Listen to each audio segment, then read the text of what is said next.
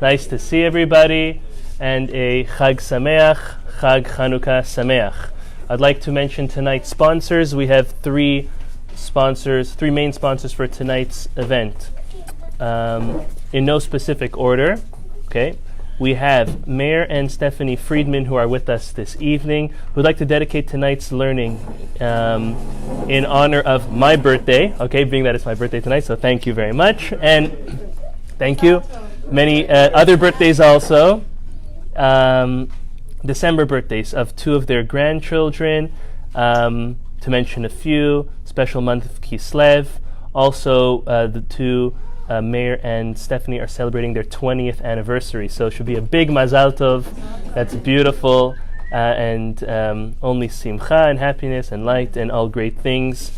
Pray for their children, their grandchildren, amen v'amen. So thank you very much for sponsoring tonight's Zera Shimshon class. We'd also like to thank David and Ingrid Edery, who are also sponsoring tonight's class for the Refuah Shlema of Moshe ben Margalit and Meir ben Mazal. Meir ben Mazal is someone local. I'm not going to mention his name, but he just had a kidney transplant. Someone just donated one to him, and on Monday was here in Florida was the procedure, and thank God everything is going well, and hopefully they have a Refuah Shlema, both the donor and the recipient. May they have a Refuah Shlema, amen v'amen. Last but not least, we'd like to thank Rabbi Howie Seif and his wife Dina, who are also co-sponsoring tonight's evening. So thank you everyone for joining us. Thank you the Montreal connection that's here. Thank you all the locals and our family and friends that are here. And Bizrat Hashem, we're going to have a great evening understanding the Parsha, understanding Chanukah, and also understanding the inevitable, being that tonight is Christmas.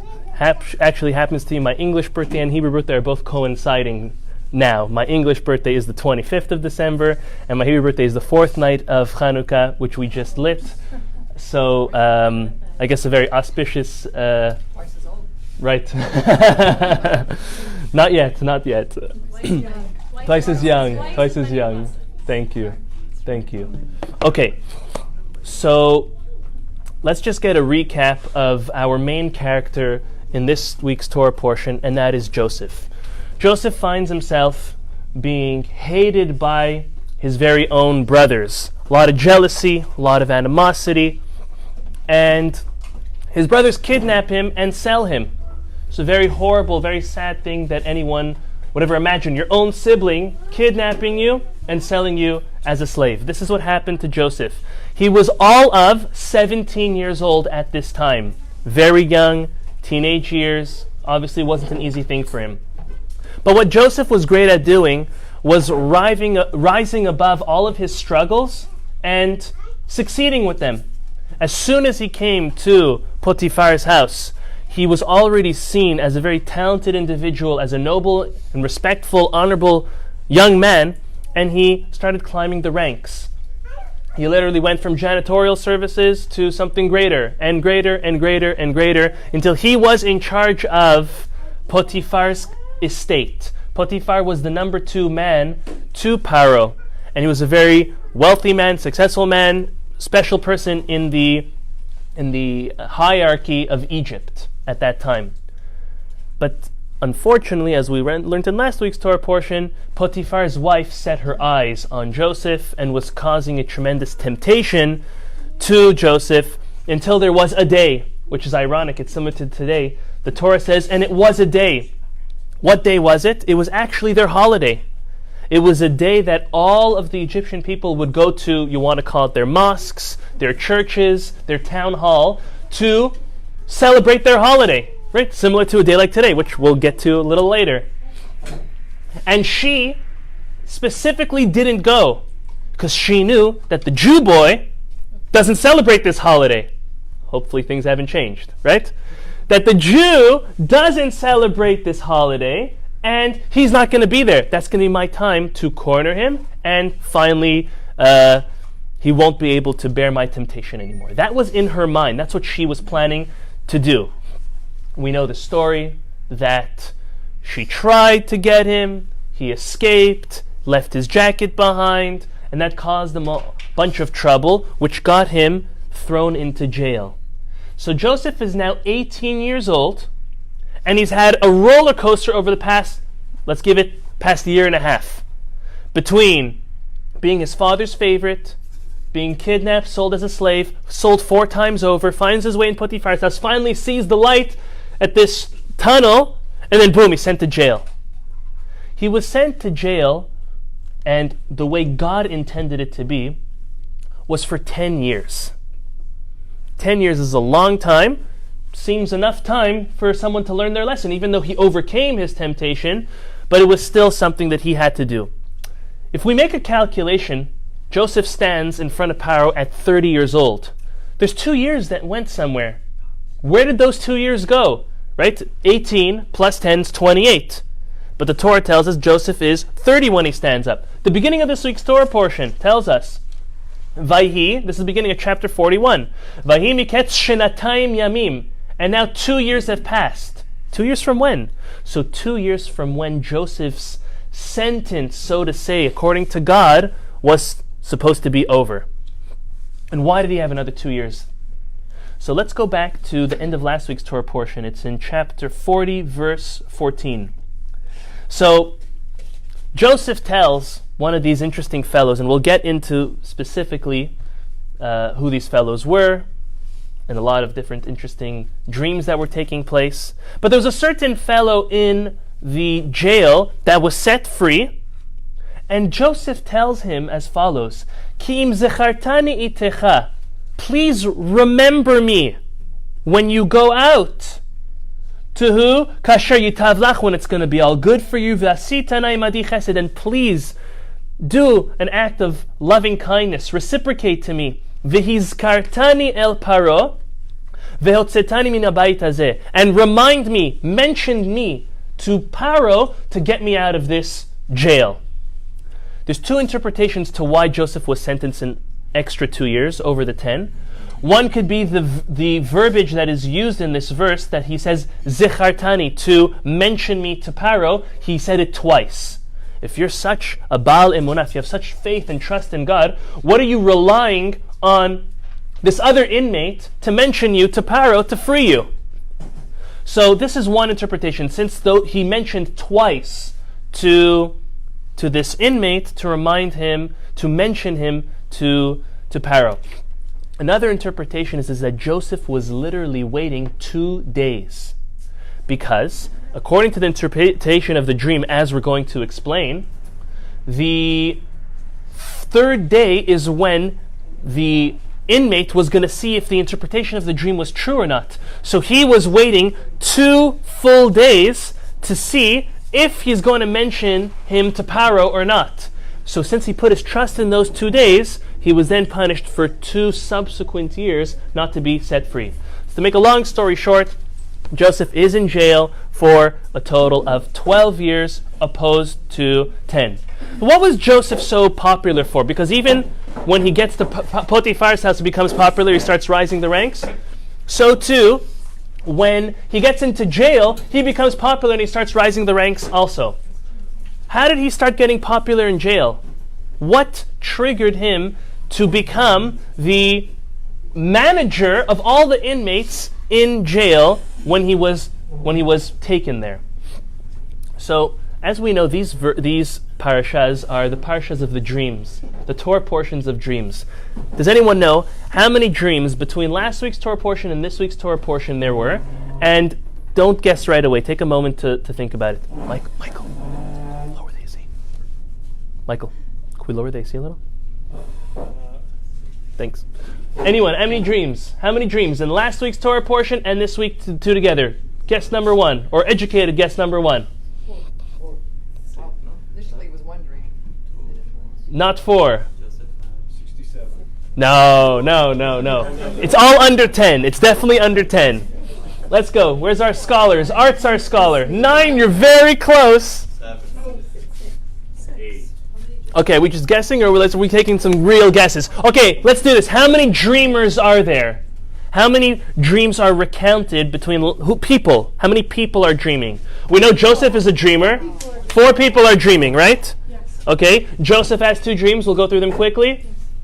Next is the butler and the baker. Okay, well, the steward. We'll put the steward. The steward and the baker. And there you go, the one. And then Paro himself. So that's 4 dreamers. How many dreams did each person dream?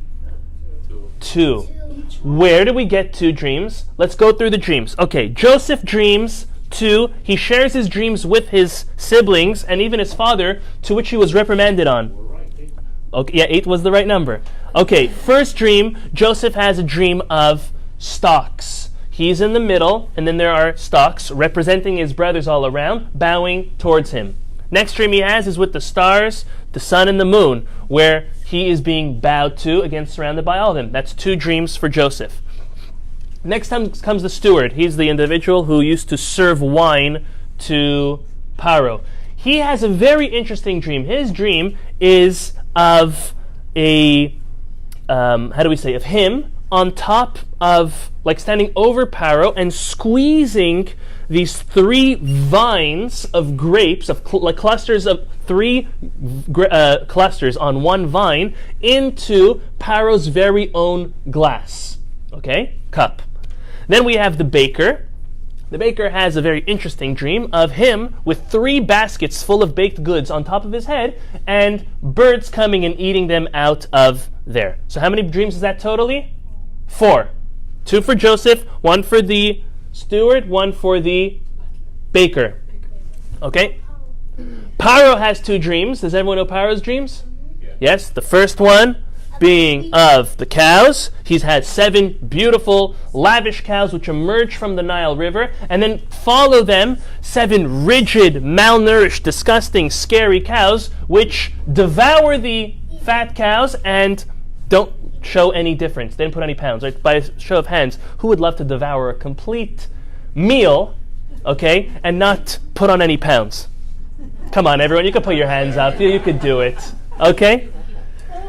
So this is what really troubled Paro. Besides for the whole, 7 fat cows, 7 rigid cows, malnourished cows, but they didn't even show any difference. Okay, his last dream, this is the 6th we're mentioning so far, is that of a stalk of kernels, 7 specifically, which were coming out of one grain, which were then devoured by another similar type of stalk that obviously was a deplorated, disgusting, a scary one. Okay, this is 6 dreams so far. I skipped 2 on purpose because at the end of last week's Torah portion, we see that both the steward and the baker both interpreted the dream of the other one.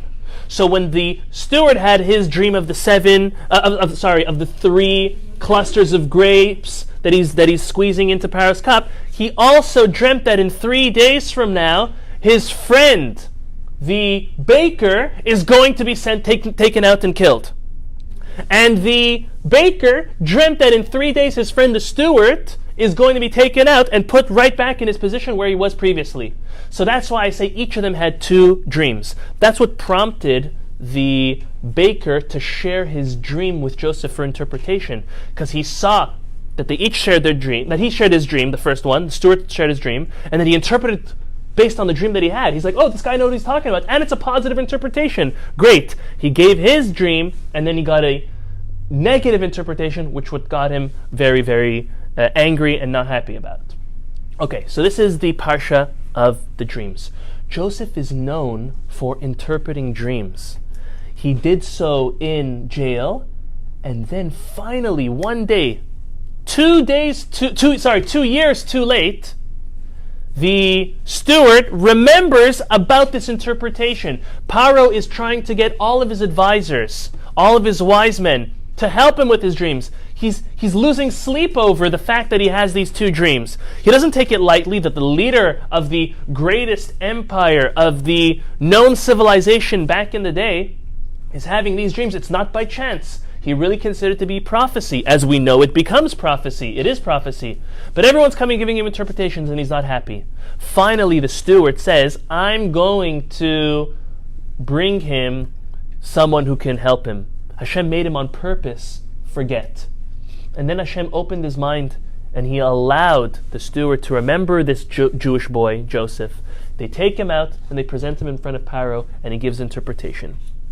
With that introduction, we're going to delve into a beautiful chidush, Torah novelty that the Zera Shimshon shares on this week's Parsha. If anyone is following, it's on chapter 41, verses 7 and 8. And I'll read. So, the 7 stalks, the 7 ears of grain which are sprouting from one single stalk, okay, come out, vativlana ashibolim adakot, and then they devour the ugly, thin, unhealthy ears of grain, devour the 7 healthy ones, nice ones. Vaikatz paro vehine chalom, and vaikatz literally means Paro jumps up and startled, and there's one dream. Vayiva boker, the next verse says, and then it happens to be in the morning. Vatipaim rucho, and then he was becoming very, very agitated. Paro's soul, Paro's morale was very agitated and down. Vaishlach vaikrat kol chartumei Mitzrayim, and he calls on all the wise men of Egypt to come and try to give him an interpretation. The Zera Shimshon asks on this verse 3 questions. I'm not expecting you to remember these questions, but all these questions are just coming to present to us that there may be a great problem with this verse, and the answer to it teaches us something very, very interesting about dreams, which we're going to learn about tonight as well. We're trying to get everything in one night. We're trying to get dreams, Chanukah, the Torah portion, Christmas. We're going to get it. We're going to get it all. Okay? I'm pacing myself. Okay. The first is he wants to know why Paro is disturbed in the morning. If you have a bad dream and you wake up startled from it, are you disturbed now or are you disturbed in the morning? Well, you may be both, but the Torah only tells us that Paro is disturbed and he's agitated from his dream only in the morning. That's his first question. Second question is, why does the Torah tell us that he wakes up and he is startled? Why is there any necessity to that? Meaning, if the first dream, because this was the second dream, if the first dream the Torah tells us he woke up, okay, so that means it's 2 separate dreams. After the dream of the cows, he wakes up startled, he goes back to sleep. Why does the Torah tell us he wakes up again and he is startled? Well, there you go, that's part of the answer. Very good. Okay. The third question is he wants to know why only after this sequence of the 2 dreams does the Torah say, Vehine chalom, and behold, it's a dream. Okay? Many of us already know the answer, maybe think we know the answer, but listen to the way the Zera Shimshon presents it. It's fascinating. The Talmud tells us that there are 3 different signs you can look to in your dream to know if the dream has any meaning or not. Okay? If it's not one of these 3 signs, not all 3, if it's not one of these 3 signs, the dream is regardless. Not important at all. The first is, it has to be a dream that repeats. If the dream is not repeating, it is, as we're soon going to explain, nothing important at all. Next is, it has to be a dream that you dreamt in the morning, meaning not during the day, but like right before waking up. Okay? Normally, by the way, scientifically, our brains are always on and thinking, and we dream multiple dreams a night, but most are not remembered. Most are just forgotten. And sometimes, this happened to all of us, including myself, you dream something, you think you remember it, and you wake up and you try to either put it on paper or tell someone, and it's not there anymore. Right? This happens. Okay, so the first is that it has to be repeating. If it repeats, that's one category of a true dream. Or if it was dreamt in the morning, or if you dream it about someone else.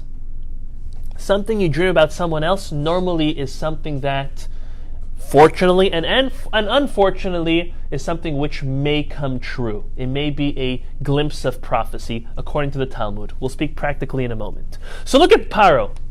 Paro now, he knows this. If any of us think that Paro was a dumb man, think again. Paro was a genius. He was one of the smartest people that was living back in his time, and probably smarter than anyone we've ever met, okay? And that we will ever meet. He was true intellect, very, very smart. He was only shy of Joseph in one language. Joseph knew 71 languages because he knew Hebrew, and Paro knew 70 languages. He was a scholar except for Hebrew. He did not know Hebrew, and this was a little pact, a little deal the two of them had between themselves not to throw Paro under the bus, because popular to or contrary to popular belief, the way the position of ruler was determined was based on how wise a person was. So Paro's like, listen, I'll take you out of jail, I'll name you Mr. Number 2, you'll be the viceroy, however, don't give away the secret that you're really wiser than me, so this way I could stay Paro. And that was a deal that the two of them made, interestingly enough. Okay, so look at Paro. Paro wakes up in a startle, not only after the first dream, which was scary, but specifically again after the second dream. Why? Because it's a repeating dream. It's the same dream. 7 ears of grain from the same stalk, 7 cows, ugly or disgusting ones devouring, same dream. He's like, okay, that's one of the 3 signs, even though we don't need 3 signs. But then he, in the morning, realizes, oh, that last dream was right before the morning. That's when Vatipaim Rukho, that's when he becomes agitated. But then he's bothered. I know that we only need 1 of these signs, but I got 2 already. He was searching for the 3rd, the Zera Shimshon says. And what was the issue? The issue was all of his wise men were coming to him and saying, you're going to have 7 daughters. And they're all going to die. That's the 7 fat cows, and then then they're going to be devoured. Okay, you're going to conquer 7 new countries, 7 new lands. They're going to come and they're going to be gone. And Paro was not settled with those answers because they're about himself. And he, according to the Zera Shimshon, was looking for an interpretation that's about other people. As soon as Joseph comes out, and we're not going to speak about this now, but this is just to throw in the greatness of Joseph. The first word he says to Paro, Paro tells him, oh, I hear you know how to interpret dreams. You know what he says? It's all from God. What are you saying that for? He doesn't believe in God. He thinks he's a God. But to show how steadfast Joseph was in his belief and his trust in God, he learned his mistake of trying to put his trust in the steward. He had those extra 2 years to think about that. He says it's all from God. God's the one who interprets it. And right away he says his interpretation. 7 plenty years, 7 years of famine. Not even a blink later, Paro's like, that's it. How did Paro know that? Because he was the first person to give an interpretation of Paro's dreams that were not about him, they were about someone else. And so in an interesting way, the Zera Shimshon explains how Paro was looking for all 3 of these conditions, even though only 1 means that there may be some value to the dream. But he's like, why am I being shown 2 of these conditions? He was seeking for the 3rd, and then we know the rest of the story, that it was true. They right away hastened those 7 next years for plenty. As soon as those 7 years were done, 2 years passed, and it was all, meaning it turned into, so again, 7 years of plenty, then it right away went into famine. 2 years into the famine is when Jacob and his family were brought down to Egypt, and then the famine was postponed. God was very merciful, and he didn't let it go 7 and 7, it was just 7 and 2. Okay, having said that, a lot of us have a lot of questions with dreams. It's a valid topic to speak about, because like I said, we all dream. The question is do we remember our dreams or not? So listen to a couple of facts of dreams that our sages tell us. Firstly, the Talmud. The Talmud says that there's no dream that does not have irrelevant information. Okay? Any dream that a person that's, by the way, the difference between a dream and prophecy. Okay? A dream always will have some irrelevant information, and a prophecy is very clear. Okay? Besides for Moses, all prophecy was done when a person was sedated. They were sleeping. But it was imagine a very, very clear dream. That's prophecy. Dreams that we have always have some irrelevance to it. That's number 1. Next is that, who says this? The Chizkuni writes that there were hundreds and thousands of dreams that took place that were dreamt by our biblical characters, but they were not recorded, right? I just mentioned only 8 dreams that took place. Where did all the other dreams go? Well, only the dreams that had some significance were brought to us in the Torah by God and by Moses. That's something else. So, how are we supposed to look at our dreams? When we have a dream, are we supposed to take them to heart? Are we supposed to care about them? Are we supposed to disregard them? So there's 3 different categories of dreams according to our rabbinic sages. Number 1 is a dream which is caused by external stimuli. For example, you're sleeping and there's a siren that rings. Could be a police siren, could be a fire siren, and you're dreaming something related to that when that's happening. That dream was completely caused by external stimuli, and it means absolutely nothing. Another example could be if a person's sleeping and there's a fan in the room, and the fan is causing some type of noise, and then you're dreaming about whether it's a car or a fan or something windy that is being caused subconsciously from something else that's happening in the room or in your surrounding. So that is something to first pay attention to. Next is, the Talmud also tells us that anything a person thinks about during the day is very likely that they will think about it in their sleep and dream about it. Okay? So for the most people, if a person dreams that they win something or they go somewhere, if it's something you thought about within the past reasonable amount of time, which there's not a specific quantity we could put on that, a day, a week, a month, what is it, right? A person dreams they won the lottery. Does that mean you got to go out and buy a lottery ticket? So according to the Talmud, so why not? It's only $1, it's only $2, it's only $5. According to the Talmud, if it's something you thought about, and again, we don't know in how long before, then it's something that is, again, regardless. It's something that has no significance to it, because the way our brains work is we think and we see during the day, and that's what's registered, and we rethink and re-see even in our sleep. The third type of dream, which is very, very few ever have this, maybe even once in life, most don't even have this, and they are glimpses of prophecy with some irrelevant matter to the very dream. Okay? These dreams, again, we don't know, right? So you're going to cross off, okay, it's not external stimuli, it's not something I thought about. Now you're dreaming and you're saying, okay, this is quasi-prophecy. How do you know what is? How do you know what isn't? So to end off this topic of the dreams, the Talmud says specifically, just as we see by Joseph, that based on the interpretation of the dream is what comes true if there is any relevance to that dream. And therefore, we should only tell our dreams. This is practical to people that love us. Because it could be that God is showing you a glimpse of prophecy. But based on how the person who you say it to interprets it, will decide on how that plays out. If we see exactly the way Joseph said it and interpreted it, it was. Well, we know that was given to him by God. So too, when we have a dream, whether it's a good dream or a bad dream, sometimes we feel like we need to share it.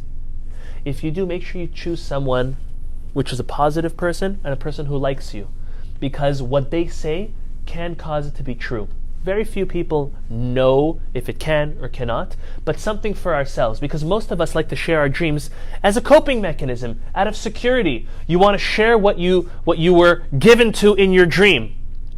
And therefore, make sure you share it with someone that loves you, someone that cares about you, someone that will either not give an interpretation or say something positive. As a last note, some things that we can practically do when we do have a dream that we may not be so excited about is the following. There is a concept of doing a ta'anit chalom. Ta'anit chalom means fasting for having a scary or a disturbing dream. This is something one can do. So you wake up in the morning and you had a horrible dream the night before, you can go that day without eating. Again, if it's not something that was caused, if God forbid you have a parent or a grandparent who's passed away and you were thinking about them all day and then you dream about them that night, or you dream about someone else passing that night, that doesn't really have any relevance to it because something of that sort was already imprinted in your mind. If you went to a funeral that day and you dream about someone passing, again, don't take those messages literally because you did think about those concepts that day. Don't let it really, don't let yourself think that that's really something that could happen or is true. So that's fasting. Another is going in front of 3 friends and it's called hatavat chalom, going in front of 3 friends, saying chalom tov, chalom shalom, saying that 3 times over, saying the dream and telling them beforehand, just say something positive afterwards, regardless what it is. That's something that also can settle a person from having a bad dream. Last is, there's a special prayer in some sidurim, some prayer books, to be said during the Birkat Kohanim, when the Kohanim make the priestly blessing. In the Sephardic synagogues it's every day, in other synagogues it's only on Shabbat, and in most Ashkenaz synagogues it's only on the holidays. So there's a special prayer to read during that time. That's also something that could help us with our dreams. But again, 99.9% of the dreams that we dream are all to be disregarded, and we should not pay too much attention to them because, again, for the reasons that we said. That's the dreams, that's the Parsha. Now let's go into Chanukah.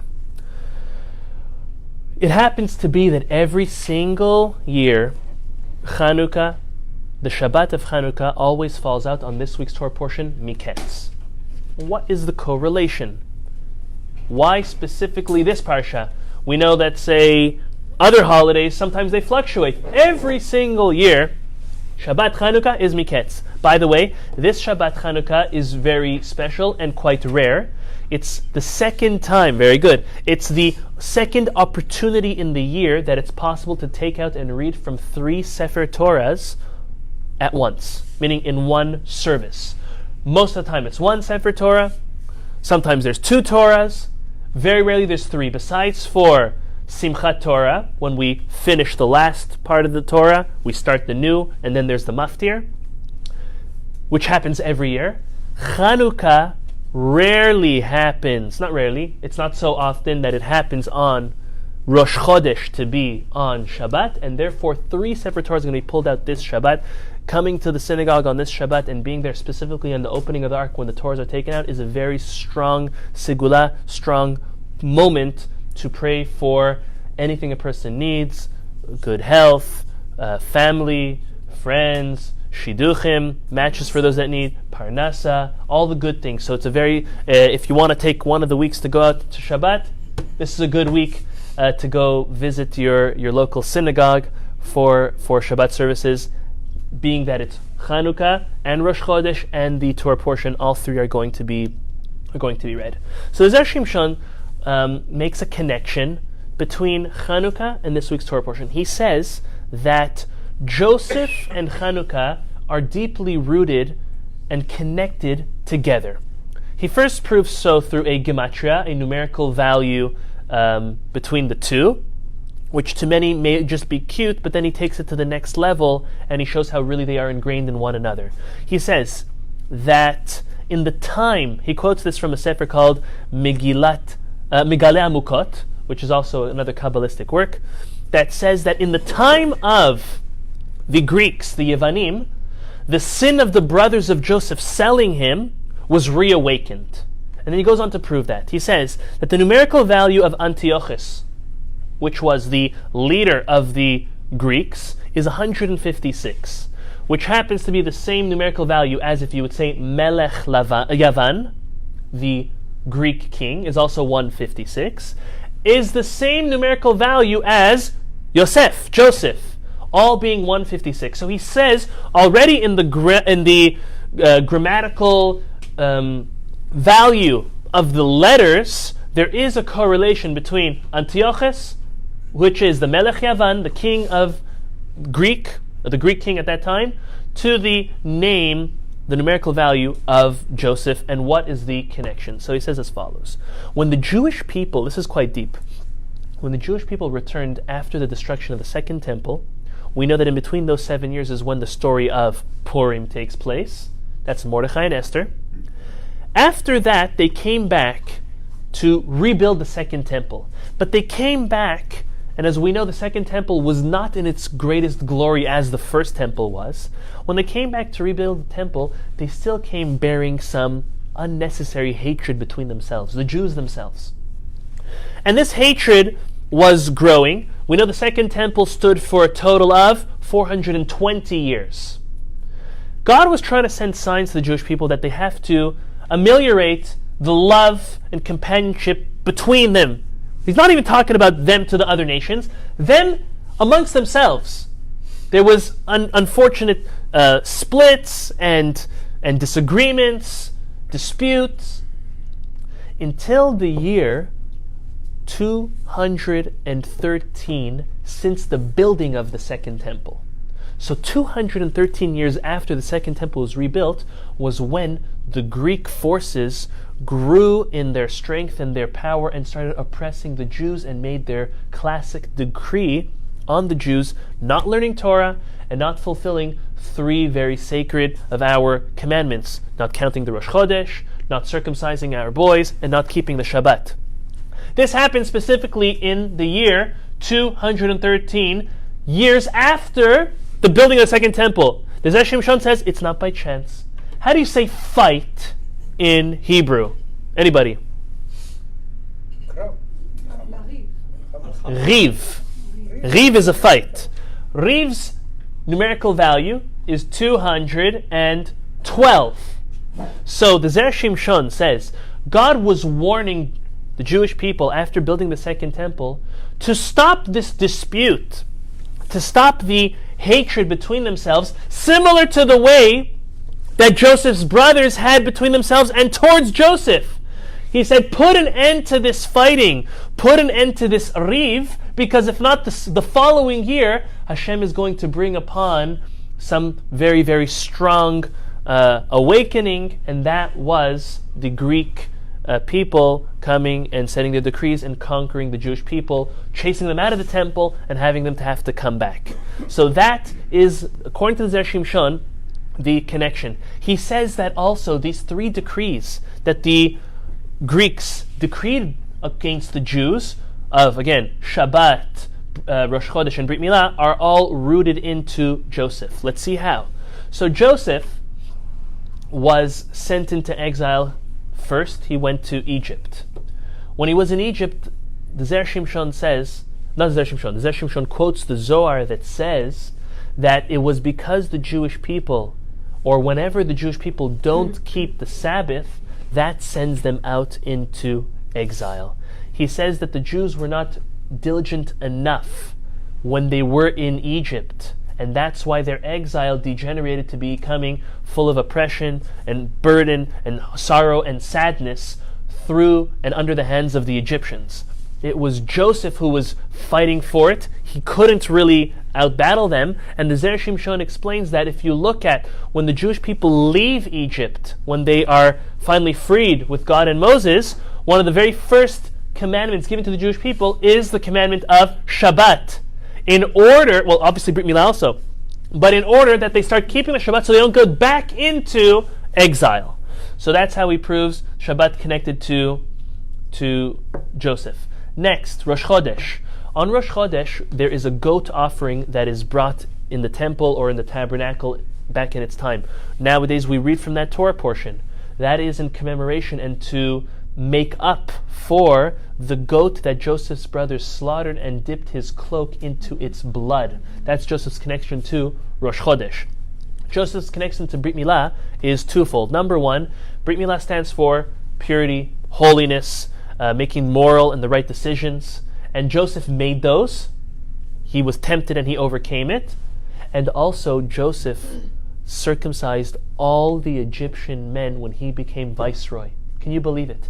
Anybody who came during the years of famine and said, we want food, sure, it's going to cost you money and it's going to cost you some skin and some blood.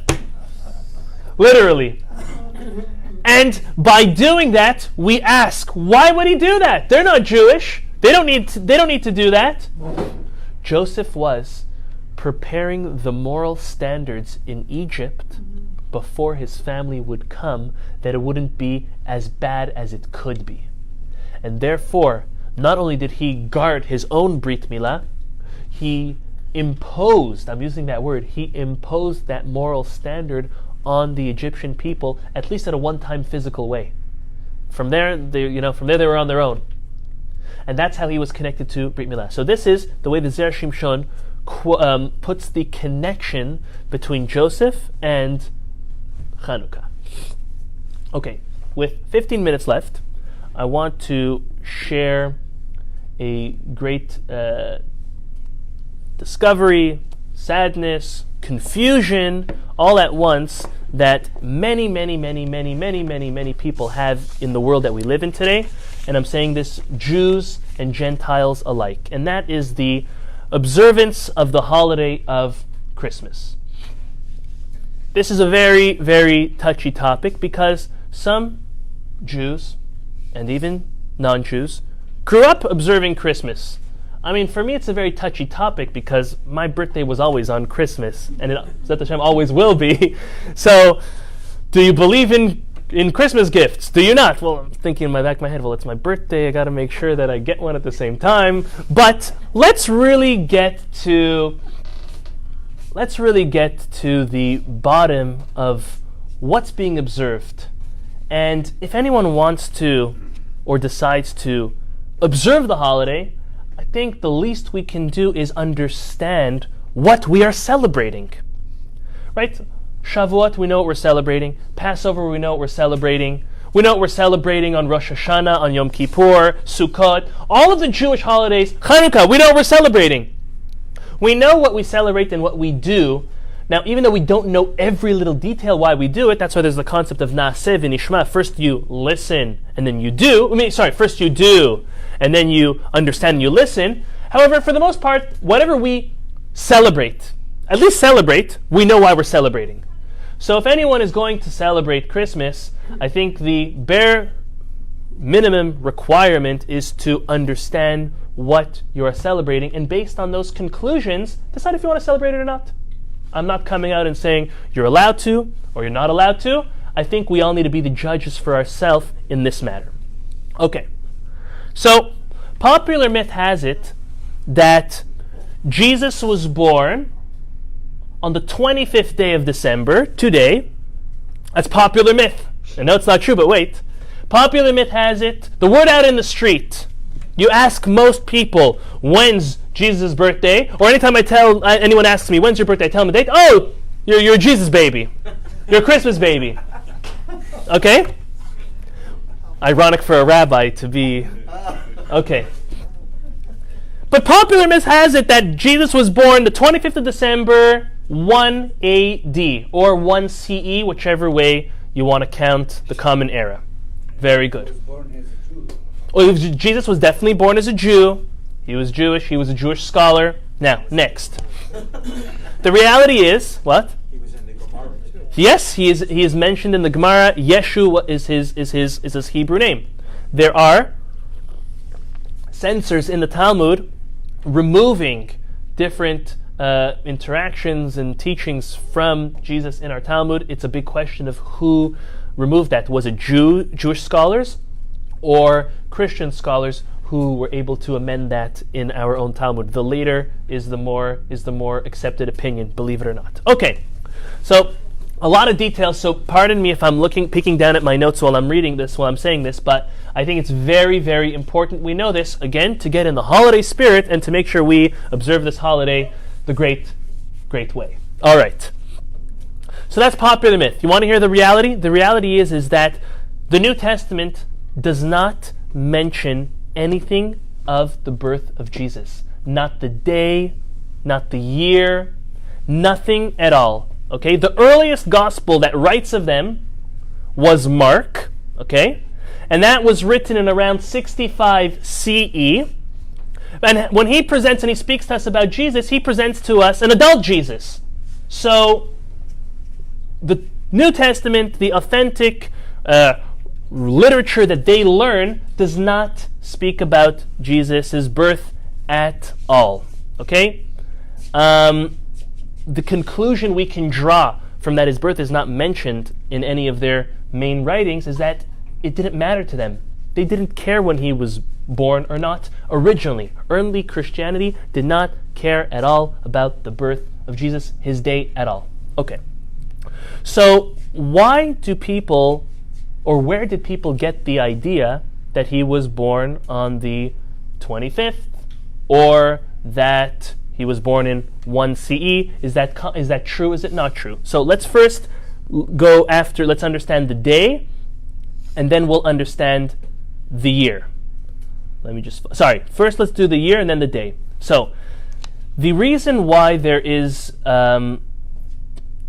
many think that he was born in 1 CE is because there was a simple mathematical error by a Scythian monk. His name was Dionysius Exes, and he lived between 470 CE to 544. Okay, so this fellow Dionysius Exes was off by 4 years in his mathematical calculation. I'm going to quote to you, there's an individual named Cardinal Fitzmyer. So Fitzmyer wrote a biblical commentary on the Jerome Bible. He is the most influential Christian English speaker, and he writes, and I'm quoting this for you as follows. Though the year of Jesus' birth is not reckoned with certainty, the birth definitely did not occur in AD 1. The Christian year is supposed to have its starting point at the day of Jesus' birth, is based on a miscalculation introduced circa 533 CE by Dionysius Exes. So, to make a long story short, the Christians themselves all know, at least they should know, that the 25th of December is not the day that Jesus was born. Okay, point number 2, and we're going to speak about what day he was, at least it's up for debate also, but what about the year of his birth? So the year of his birth, that was the year, now the date of his birth, The earliest documents that prove the year of his birth is an original church document called De Pascha Competus. Okay, and I'm not so fluent in all of these writings. Baruch Hashem, I spend my time learning Torah and teaching Torah, but I thought that it would be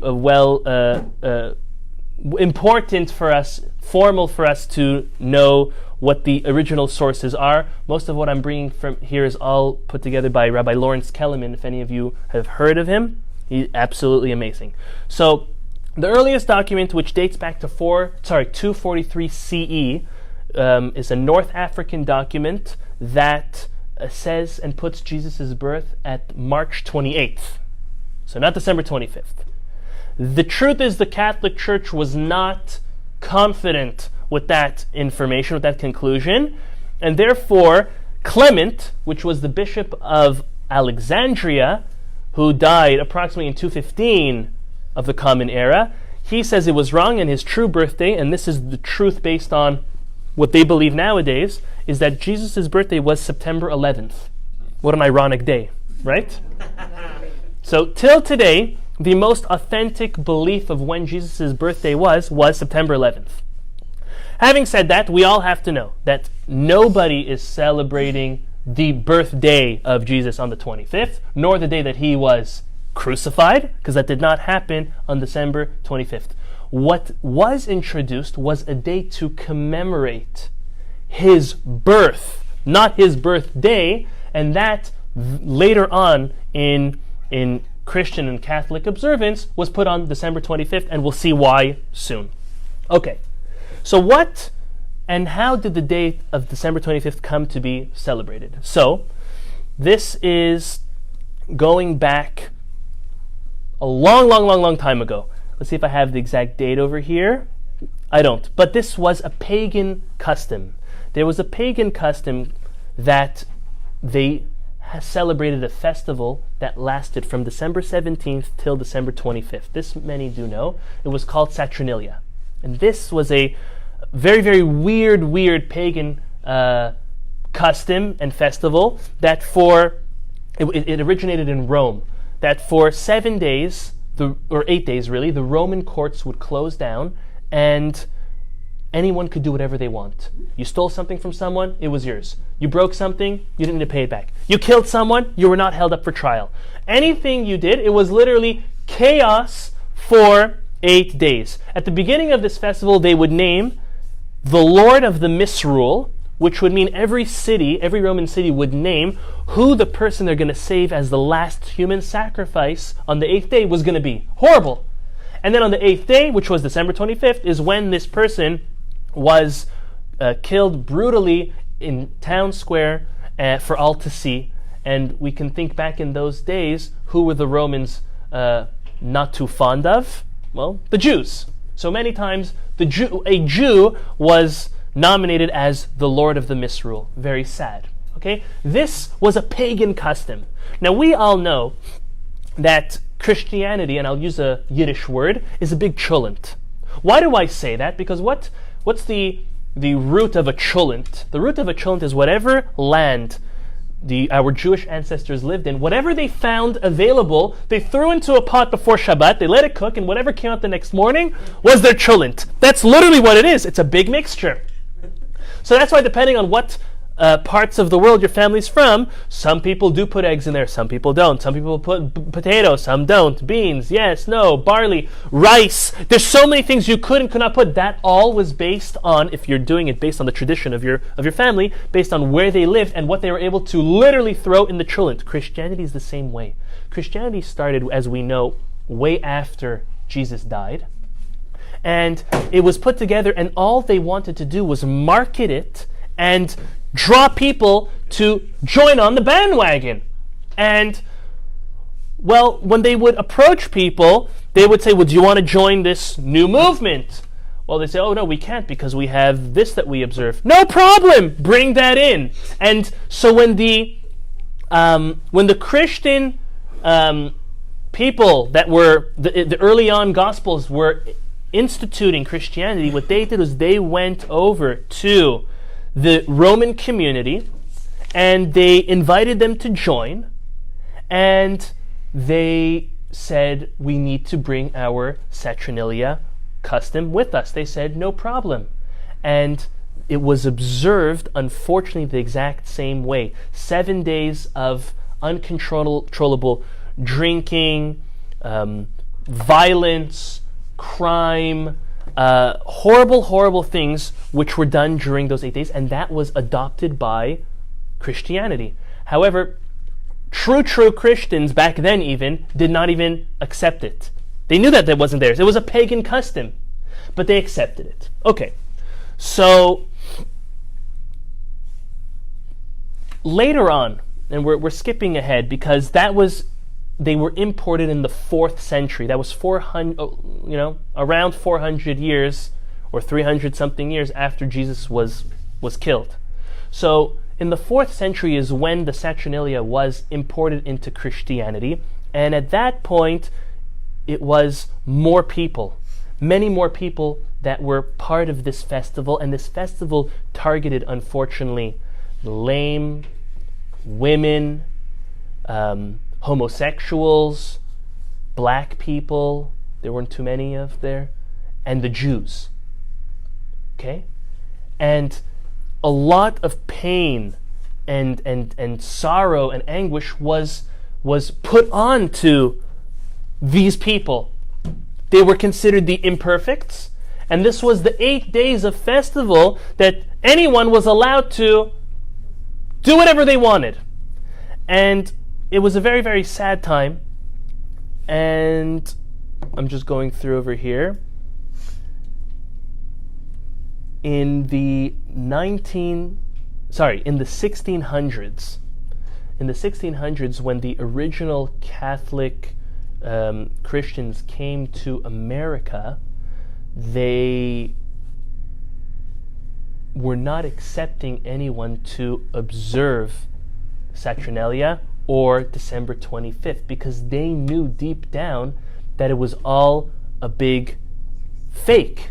It wasn't really part of their religion, to the point where there was a period of, from 1659 till 1681, that any Christian who observed Christmas in Massachusetts, in Boston, was not was jailed because they were not really fulfilling what their belief system set out for them to fulfill and to observe.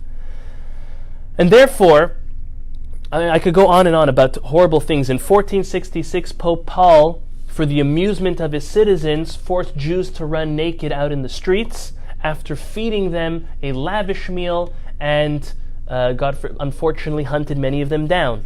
In 1881, December 25th again, Christian leaders encouraged the Polish people to set out on pogroms against the Jews. And in Warsaw, there were 12 Jews which were murdered, hundreds wounded, and dozens of women which were raped. All on the 25th. And I'm just giving you a couple of examples, and there are multiple more, but I think you get the idea. The idea is that the December 25th was definitely not a happy day for centuries for the Jewish people. That's one aspect. The second aspect is it's definitely not part of the Christian religion. So let's just go through a couple of the things that are observed in order to celebrate the day and know where they come from. So Christmas trees. Christmas trees is something which is more recent than we would think, and it was when the Christian people went over to I think it was an Asian cult. They were called the Asherah cult, and they used to worship. They used to worship these trees. That was their form of worship. By the way, we find Asherah as one of the idolatrous trees in our very own Torah. So just so we know.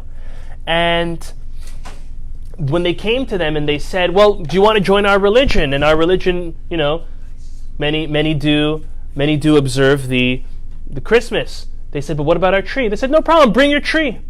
So that's how the tree got introduced into the observance of Christmas, because again, they brought in another pagan cult, which this whole story started from, into their religion. And they said, what day should we observe this tree? December 25th. Why not? The way it was originally served and used as idolatry, they used to light candles and decorate it up. It's very similar to what they do nowadays. Mistletoe. Mistletoe, by the way, is a highly poisonous plant, which is a classic Christmas observance to put on top of one's doorpost. The reason for this, how it came in, was unfortunately was a Norse mythology that recounts how a certain god, Balder, was killed with the bow and arrow that has mistletoe at the tip, which poisoned him to death. Later on, this trickled its way down into observing his bravery, his death on Christmas again. I'm leaving some stuff out. Christmas presents, unfortunately, the source of it was imposed by the Roman emperors, forced the Jews at first to bring them gifts on, once a year. Later on, they pieced it together and they said, okay, let's make it December 25th. But back in the day, Roman emperors forced Jews to bring them gifts, and then they again forced not only Jews, others as well. All of that got to a confusion to have them giving gifts to one another and to children. Santa Claus, that's something that we all will be very interested in knowing the source of Santa Claus. Santa Claus we know today is under 100 years old. But listen to how he came about. Nicholas was born in Pereira, Turkey in 270 CE. Okay, that's not that long after Jesus. Later, he's called the Bishop of Myra, and he was just a regular bishop. He was doing what he did. Wasn't a great guy, but 1600 years later is when the church turned him into a saint. So he is Saint Nicholas today, 1600 years after he even passed. Okay? They sainted him and they gave him the day, December 6th, as his day of commemoration. Because, again, just wanting to make everything a cholent, they took his day, and they said, okay, maybe the 26th is the day that he was given. Let's just throw it into December 25th. Now, St. Nicholas was not a good person because he was actually one of the editors to the New Testament, and he was one of the people who signed off on it and even added many of the things which were used as a manual and a handbook to the future oppressors of the Jews to come, whether it's Hitler or the Spanish Jews, the Spaniards who oppressed the Jews during the Inquisition. They all referred back to the New Testament saying that the Jews were the ones who killed our God. And that was all thanks, big part of, to Mr. Nicholas, or Saint Nicholas. This image of this very scary individual made a lot of sense. I'm sure we've all seen these caricatures of what Santa Claus really looked like 100 years ago. It was literally this tall, scary individual with a black beard and a black, long fur coat because he lived in Turkey. It was a representation of Saint Nicholas. This then became something which was very scary to children and to people, and they were trying to figure out, why is there an association between St. Nicholas, December 25th? It's 19 days prior. What are we going to do? So finally, and I'm wrapping it up, finally a genius marketing scheme by none other than Coca-Cola. We know that, right? Yes. In 1930s, Coca-Cola took your caricature of Santa Claus. By the way, Claus, that's a very scary word, right? Santa Claus, okay? But either way, there's a whole story behind that also. They took this caricature of Santa Claus, this Turkish scary bishop, and they sent it out to many artists. I forget the artist's name. They sent out to many artists, and I want you, and the Coca-Cola Association comes to their artists and says, I need to market this in a nice way. The only thing we need is for this Santa Claus to have a red coat and Coca-Cola red coat. So ever since the 1930s, Santa Claus turned into this rosy-cheeked, white-bearded individual, which is literally all a marketing scheme. It's a scheme to get all people, Jews and non-Jews alike, out into stores to buying gifts, buying things you don't need, buying gifts for people who don't really need the gifts, and having a couple days off of work, and all of this to tell us that the evolving of the current day Christmas that we have is literally one big cholent. It's a big mix-up of different pagan customs and non-pagan customs. To end off, I would like you to imagine, before you want to observe or to celebrate such a holiday, I want you to imagine if in 100 years from now, your great-grandchildren are celebrating a day. And it's a random day of the year. Pick any day. Let's go June 1st, for argument's sake. And June 1st would be named as Hitler Day. God forbid. Or Nazi Commemoration Day. June 1st. Horrible, right?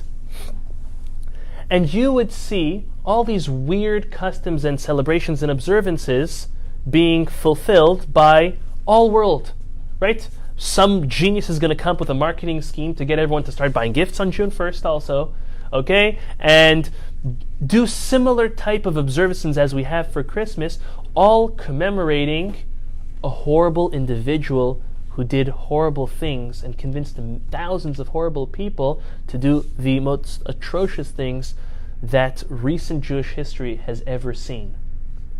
But your kids and your grandkids and your great-grandchildren don't know about it, but they're observing it. That is, unfortunately, exactly what Christmas is. Christmas was a day, decade, century to century, millennium to millennium, which was used as a day to persecute, to take advantage of others, but specifically the Jews. So any Jew who feels like they are entitled to celebrating the most mixed up holiday the world has ever seen, maybe we need to rethink it and come to the conclusion that it's really a mixed up holiday with bits and pieces of oppressions and hardships which were administered to our ancestors. And can you imagine meeting your ancestor from 1,000 years ago? And here you are tonight, sitting around the tree, exchanging gifts all wrapped in green and red. And, I don't know, having your stockings up on, I don't know, all their traditions. And doing all these things. And that person looking at you and saying, are you serious? Do you know how much Jewish blood was spilled on this day? For no good reason, just because we were Jews? And you're celebrating it? Now, it's funny that it always coincides with Chanukah, because unfortunately, even in our own religion and our own observances and celebrations, there are, Gentile customs which sometimes trickle down into the modern way that people do observe certain of our customs. Now, gifts on Chanukah was never a real thing. Okay? Where does Chanukah geld come from? So, Chanukah geld nowadays just comes from, wanting to give a gift to your children, to your grandchildren. It's a nice thing. I'm not even saying we should stop it. However, the originality of Chanukah gelds and dreidels was little kids faking to gamble with each other when they were sitting down and learning Torah. They would be learning Torah, and then quickly when Greeks would come by, they'd close their books, they'd pull out coins, and they'd start playing dreidel. That's where Chanukah geld comes from. Okay, our other observances of donuts and latkes, well, yeah, since the miracle was about oil, so we put oil in everything. So we dunk ourselves in oil for 8 days. But giving gifts on Chanukah is not something which is rooted in the original observance. It's not, obviously, it's not a mitzvah. Could it be used as an opportunity to give your children something or give your grandchildren something? Could be. I'm not saying yes. I'm not saying it shouldn't be. Some do, some don't. It depends how we grew up. I'm not saying you need to barge into your house and say, no Chanukah gifts. Maybe keep them, but make sure you know why you're doing it. Make sure you're giving it as a gift because it's Chanukah, not because it's the season of giving. Because the season of giving, the way we know it, really originated from the season of literally giving the end to someone's life. And those people were unfortunately our ancestors. So just to wrap up tonight's class, we first spoke about Joseph and the dreams that we had. Then we spoke about the connection between Chanukah and this week's Torah portion, and Joseph specifically. And then we spoke about a great misconception of the observance of the holiday season, that again, I'm not coming and saying, yes allowed, not allowed. I'm saying, make the decision for yourself. Use the analogy of, in 100 years from now, if God forbid there'd be a Hitler Day, Hitler Commemoration Day, a Nazi Day, if you would like to see, or how you would react to see your great-grandchildren or your great-great-grandchildren indulging in getting drunk on such a holiday, and getting out and getting all together and being happy on that day. I'll end off with one last thing. There were archaeologists who were looking for the 7 cows that Paro thought of in Egypt, to see if it really took place or not, to see if the Torah is for real or not. They're looking and they're looking and they're looking, and guess what they found? Absolutely nothing, because it was only a dream. Happy Chanukah.